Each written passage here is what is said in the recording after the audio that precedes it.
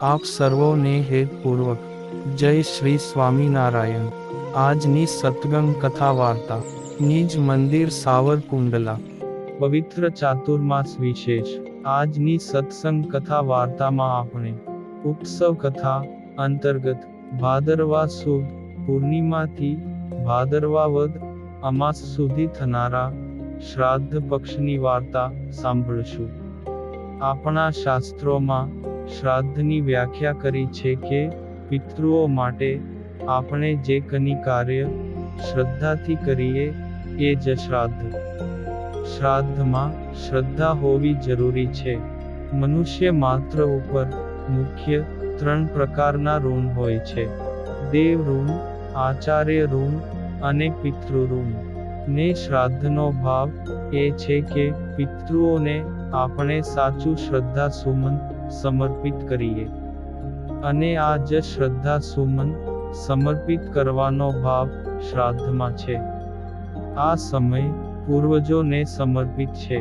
આ મહિનામાં પિતૃઓની શાંતિ માટે શ્રાદ્ધ, તર્પણ અને પિંડદાન કરવામાં આવે છે। પિતૃ પક્ષને શ્રાદ્ધ પક્ષ તરીકે પણ ઓળખવામાં આવે છે। પિતૃ પક્ષ દરમિયાન પિતૃઓ સંબંધિત કાર્ય કરવાથી પિતૃઓ મોક્ષની પ્રાપ્તિ કરે છે। પિતૃ પક્ષ ભાદરવા મહિનાના સુદ પક્ષની પૂર્ણિમાના દિવસથી શરૂ થાય છે અને ભાદરવા મહિનાના વદ પક્ષની અમાવાસ્યા સુધી ચાલુ રહે છે। શ્રાદ્ધની જે વિધિ છે એ પણ બ્રહ્માજીએ જ સૌ પ્રથમ સૃષ્ટિલોકમાં પ્રચલિત કરી છે। બ્રહ્માજીએ સૃષ્ટિલોકમાં ઘોષણા કરી કે પિતૃઓને પિંડદાન ને શ્રાદ્ધ દ્વારા આપી શકાશે।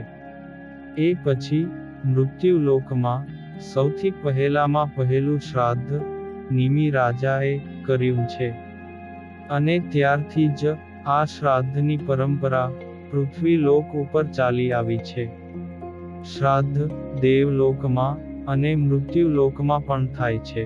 પિતૃપક્ષનો દિવસ પોતાના પૂર્વજો અને પિતૃઓ માટે શ્રાદ્ધ કરવા માટે એક મહત્વપૂર્ણ દિવસ માનવામાં આવે છે। એવું માનવામાં આવે છે કે પિતૃપક્ષના દિવસે પૂર્વજો મૃત્યુલોકમાંથી પૃથ્વી પર આવે છે।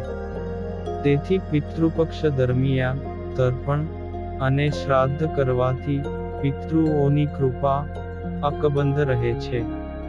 સાથે જ પિતૃપક્ષમાં તિથિઓ અનુસાર પિતૃઓનું શ્રાદ્ધ કરવાથી વિશેષ ફળ મળે છે।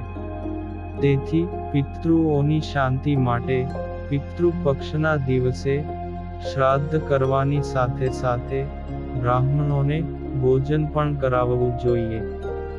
જ્યારે પિતૃપક્ષ શરૂ થાય ત્યારે દરેક દિવસની એક તિથિ હોય છે। એ તિથિ પ્રમાણે શ્રાદ્ધ કરવાનો નિયમ છે। એટલે કે પિતૃપક્ષમાં શ્રાદ્ધની બીજની તિથિ છે તો જે લોકોના પૂર્વજો કોઈ પણ મહિનાની બીજના દિવસે મૃત્યુ પામ્યા હોય તેઓએ પિતૃપક્ષના બીજના દિવસે તેમના પૂર્વજોનું શ્રાદ્ધ કરે છે। એ જ રીતે જેમના પૂર્વજનું મૃત્યુ કોઈ પણ મહિના અને કોઈ પણ પક્ષની 9મી તારીખે થયું હશે, પિતૃપક્ષની 9મી શ્રાદ્ધ પર તેઓ તેમના માટે તર્પણ કે પિંડદાન વગેરે કરી શકે છે। મહાભારત શાંતિ પર્વના દાન ધર્માનુશાસન પર્વમાં પણ શ્રાદ્ધનો મહિમા વર્ણવ્યો છે। યુધિષ્ઠિરે ભીષ્મ પિતામહને પ્રશ્ન પૂછ્યો કે હે પિતામહ, શ્રાદ્ધની ઉત્પત્તિ કેવી રીતે થઈ? ત્યારે એનો જવાબ આપતા ભીષ્મ પિતામહ યુધિષ્ઠિરને જણાવે છે કે પિતૃઓનું સાચું શ્રદ્ધા સુમન સમર્પિત કરવા માટે સૃષ્ટિના આરંભકાળે બ્રહ્માજીએ જ શ્રાદ્ધની ઉત્પત્તિ કરી હતી। વળી અમુક તિથિઓમાં એના સમયે શ્રાદ્ધ કરવાનું વિશિષ્ટ ફળ છે। જેમ કે ભાદરવો માસ આખો મહિનો કે જેમાં શુક્લ પક્ષ એ દેવોનો અને કૃષ્ણ પક્ષ એ પિતૃઓનો ગણાય છે. હવે કૃષ્ણ પક્ષમાં એકમનું જે શ્રાદ્ધ છે તે સંતતિ પ્રદાન કરવા વાળું છે.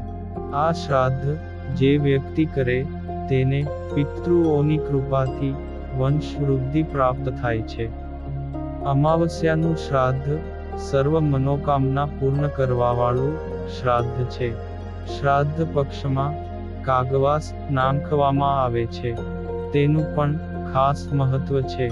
આપણા પુરાણોની દ્રષ્ટિએ જોઈએ તો કાગડાનું આયુષ્ય આશરે 200 વર્ષનું છે.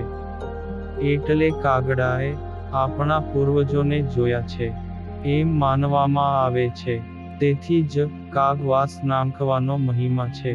અને ભાદરવા મહિનામાં જ કાગડાની પત્ની એટલે કાગડી સગર્ભા બનતી હોય છે. આ કાગડીને પૂરતું અન્ન મળી રહે અને એ તૃપ્ત થાય એના માટેની આ ઋષિ મુનિઓની એક વ્યવસ્થા છે. અને પિતૃઓના માધ્યમથી પણ પક્ષીઓ તૃપ્ત થાય. વળી શાસ્ત્રોમાં એવો પણ એક માન્યતા છે કે કાગડાના ચરકમાંથી વટ વૃક્ષ અને પીપળા ના વૃક્ષનું સર્જન થયું છે. એમાં પણ ખાસ કરીને પીપળાનું વૃક્ષ એ બધા જ વૃક્ષોમાં સૌથી વધારે ઓક્સિજન આપવા વાળું વૃક્ષ છે. તેથી આ એક વ્યવસ્થા છે કે ઓક્સિજન પણ સારી રીતે પૃથ્વી પર જળવાઈ રહે અને પક્ષીઓ પણ તૃપ્ત થાય. શ્રાદ્ધમાં દૂધપાક કે ખીર ખાવાનું મહત્વ છે. ભાદરવા મહિનામાં કૃષ્ણ પક્ષથી આરંભીને શરદ પૂર્ણિમા સુધી આપણે ત્યાં દૂધ સેવનનું મહત્વ એટલા માટે છે કે આયુર્વેદની રીતે જોઈએ તો એસિડિટી જેવા રોગોનો પણ નાશ એ દૂધથી થાય છે. વિષ્ણુ પુરાણ અનુસાર દૂધપાકનું ભોજન એ પિતૃઓને તૃપ્ત કરવા વાળું છે. પિતૃઓની જ્યારે પરિવાર ઉપર કૃપા થાય છે ત્યારે ધન, ધાન્ય અને સંતતિની પ્રાપ્તિ થતી હોય છે. શ્રાદ્ધમાં કયા કયા કર્મો કરવા? તો કહે છે કે જ્યારે શ્રાદ્ધ પક્ષ ચાલતો હોય ત્યારે ઘરમાં ક્લેશ કંકાસ કરવો નહીં.